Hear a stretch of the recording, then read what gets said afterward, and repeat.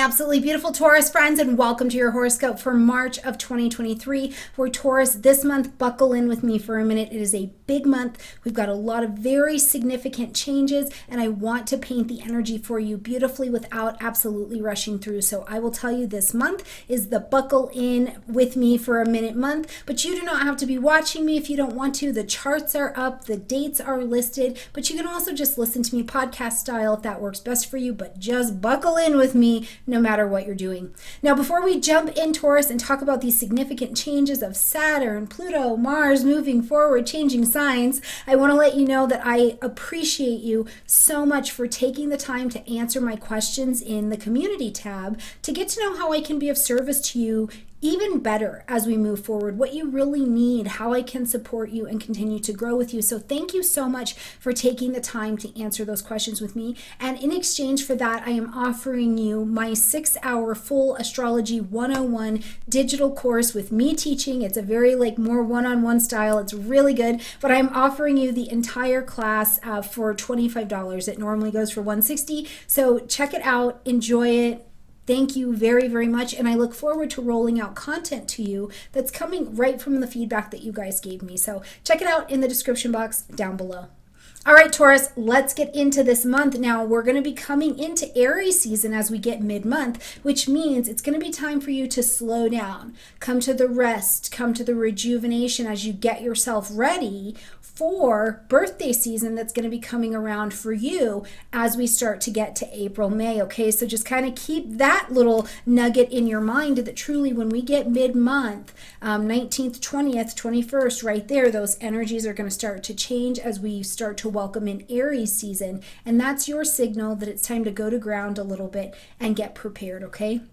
But first and foremost, as we're stepping into this month, on the 2nd, we see Mercury coming into the energy of Pisces, okay? Now, Mercury is fully out of its post-retrograde shadow time, so your thinking, your communications, the decisions you're making, what you're watching, the information you're gathering, all of these things are moving forward. Now, it's not moving forward quickly in the energy of Pisces, right? Mercury wants facts and information and give it to me quick and let's move on. And that is not available in the energy of Pisces. It's trying to power think in water, in a vague energy. So Pisces kind of has an answer. So Mercury does not get to work just in the space of the pure intellect in the energy of Pisces. Now for you, this is going to light up the 11th house space, Taurus, okay? So friends, social groupings, technology, long-range goals, plans, designs that you have for yourself. And so what you're not going to have is this pure energy of just give me the information and I'm setting the scene, telling the story, it's all going well, details are clear.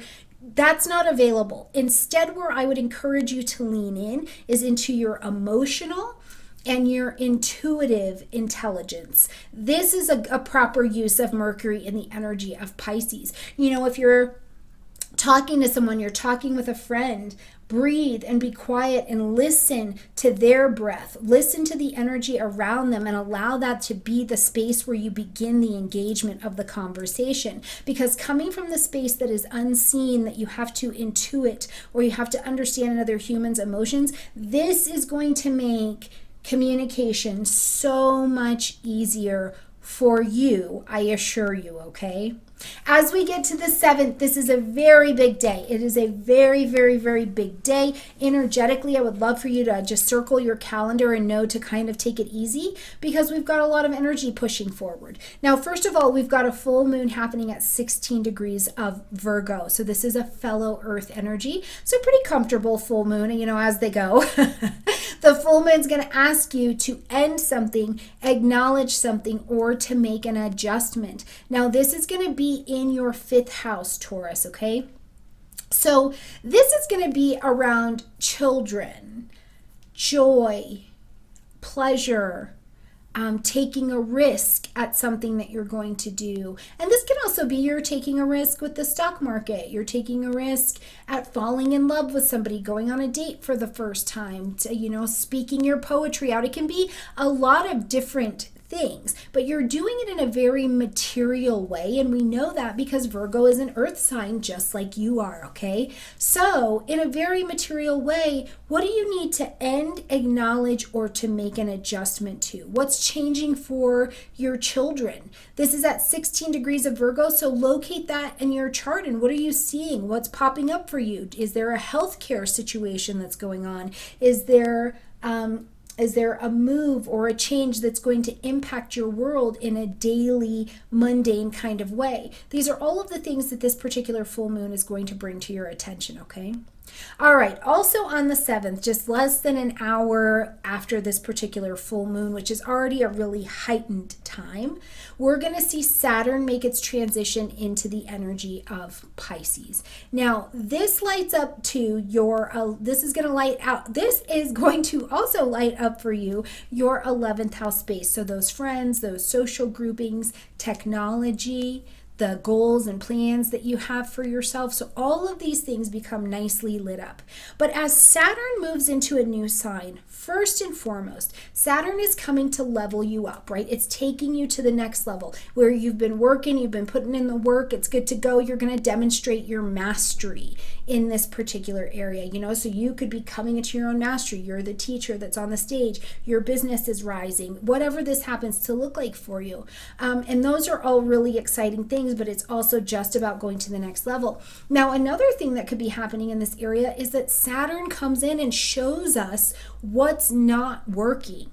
Right? It's like, hey, this doesn't work here. You're vulnerable over here. You're susceptible to immaturity or attack over here. And to the extent that we need to learn lessons in this Piscean area of our chart will be how you kind of experience that. Saturn can feel heavy. It can make you feel a bit more low. It can feel like you don't have faith in yourself. You're meeting yourself with all of this doubt, right? But I want you to remember that whatever it is showing up as, greet it. This is where your lesson base is at, where none of us, when it comes to Saturn and Pluto for sure, we cannot fool ourselves about where we are in our maturity and our understanding. So whatever is coming, you're a human being. We're going to process how we're going to process, but greet it, okay? This is a season where we're going to work with Saturn in this Piscean energy, essentially through retrograde, moving forward, all of this until 2026. So you do want to firm up this area and get the mastery and the maturity sorted here, okay? When we get to the 16th, we see Venus moving into the energy of Taurus, coming home, coming into your first house, the ruling planet in the first. That feels good. And let me tell you, as a fellow Taurus, I love every time that Venus comes into Taurus because we just get magnetic. I don't know, do you find that? Tell me in the comment section down below. But do you find that? I know that when Venus comes into Taurus, like, people are just drawn to me. They are attracted to me and I feel magnetic. I feel attractive. I feel like Venus is pouring through my pores. It's also really funny because whenever Venus comes into Taurus or Mercury comes into Taurus, my singing voice changes, or the way that people receive my voice changes. So I would be really interested to hear what this means for you. Now, on a very practical level, when Venus comes into Taurus, you may be thinking about changing your look, changing your style, doing some yard work, rearranging the house, any of these kinds of things where you're like, I really very strongly want to express beauty and pleasure and harmony around me. Now, in your relationships to Taurus, this can be great. If things have been tense, Venus is going to put a nice harmonious salve on whatever needs to be happening here, okay? On the 19th, we're going to see Mercury heralding in Aries season. Mercury moves into the energy of Aries, lighting up this 12th house space for you. So this is your first indicator. Start to slow down. Start to take that gratitude list, that reflection, that inventory of what you've learned from last year. What were the goals or the ideas that you set? What did life bring into your world? And over this last year, you're getting to see how you've improved or where you've stumbled. This is the time to start looking back over that. But it's also a great time with Mercury in that 12th house space for you, Taurus, to work on things behind the scenes, right? And you can just kind of go at it. That's the thing about Mercury and Aries, is it is saying it. It is saying it. It is doing it. It is about it, right? There's not all of this wandering going on because Aries just wants to go at what it's doing. So whether you need to make a decision, you need to cut through the crap and make a decision, you need to research information, whatever it is, it's kind of, you are the warrior forward. You're pioneering your way through 12th house concepts. Medical things, especially your immune system, babies, elderly people, spiritual concepts. Any of these things could be coming up, but for you, they present around the 11th house. So your friends, your social groupings, you can also see some of that happening with Uranus in your sign. That has definitely been changing, has it not? Okay, so as we get to the 20th, we see the sun move into the energy of Aries, and then on the 21st, we're going to have a new moon at 0 degrees of Aries as well. So here you're genuinely planting your seeds of intention, Taurus, for what you'd like to begin in this next year. What would you like to pioneer? What would you like to take on? What do you desire in your you, right? Like remember Aries I? So in your you, in your I, what brings you delight and happiness and makes you feel fierce? What do you feel like today, like you didn't know last year, but you know it today that you are willing to fight for it at any cost, right? Like you're like, if something came up, especially at the first degree, this is at 0 degrees of Aries. So this is something brand new. You might be willing to have an experience and you're like, I'm going to plant my seeds of intention because I desire this and I'm willing to fight for this, move towards this, take on the hard work of this more than I was a year ago. Let me know what that is for you in the comment section down below. Now on the 23rd, really big day, really big significant day for you, for our global family, for our societies and communities. We're going to see Pluto move into the energy of Aquarius. Now Pluto is going to do a short visit into the energy of Aquarius this year. So it'll go from March until June, and then we'll see the retrograde time happening, and then we'll see Pluto move back into this Aquarian energy for a real full tour as we get to January of 2024, okay? But in the energy of Aquarius, for you, Taurus, man, this is in the career sector. Now, if you're not working or you're retired or you're out of that career sector time in your life, I also want you to think title. What is your title? What do we call you? Are you married? Are you single? Are you the public coordinator? Are you grandma? What is it that people call you in title? In public, they would know that your name by that title, okay?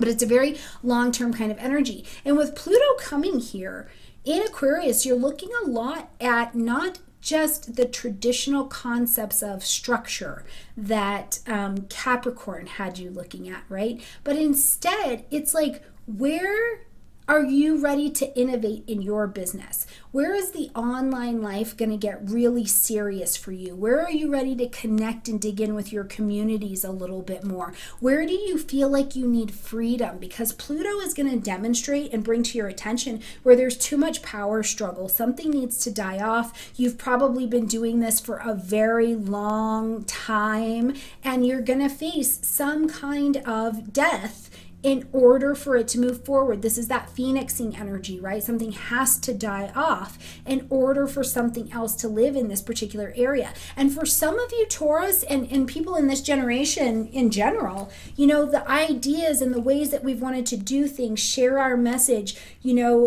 share who we really are, was not available. The world was not available or equitable, or there weren't the group associations that were available for us to do that before, right? How many of you can tell me that you went out and you were a scientist, you were a mathematician, you were an accountant, and now here you are past the age of 40 and you're like, turns out I'm a Reiki healer, turns out I'm an astrologer, turns out I'm a, whatever is really been a part of your long-term cycle, but now in the world, there's time for it to come out. So keep me posted on what's happening. What do you even feel this change bringing in for you? But certainly keep your eye on what's happening March to June, because this is what we're going to review from June until January, okay?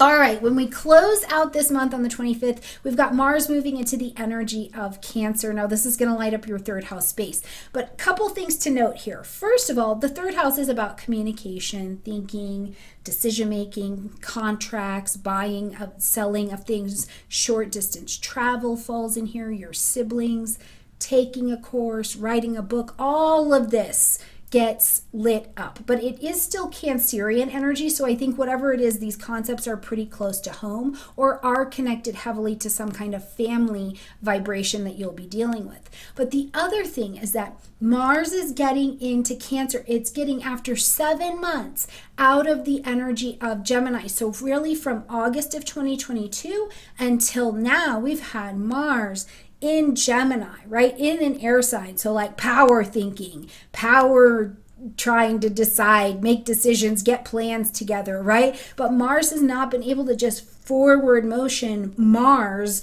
the way that it would like to. So as we get to the 25th, all of these things, this information that's come to you, strategies you've reviewed, networks that you've rejoined or rethought, it's like your plans move so quickly forward now, like they've had kerosene poured on them.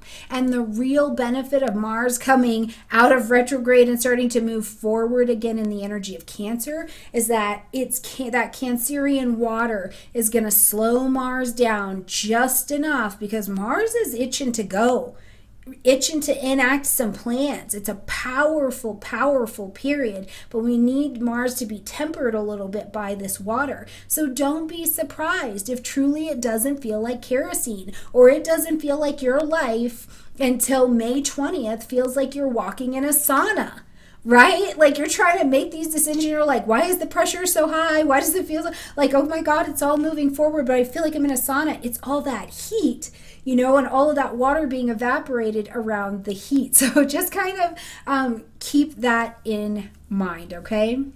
All right, my absolutely beautiful Taurans, thanks for sticking with me through this little bit longer than usual forecast. I hope that it is useful for you. If you want more astro content, remember you can always join me in the Patreon community, where I will be starting as soon as we get to the astrological new year, which is March 21st, a whole new series going a bit more in depth with each of the planets and the houses and how to actualize those in your chart. And we're going to explore it, spend a month with each one, and I look forward to having you and seeing you there. And of course, make sure that you grab your thank you gift in the description box down below. All right, you guys, I love you, and I'll see you next month. Bye.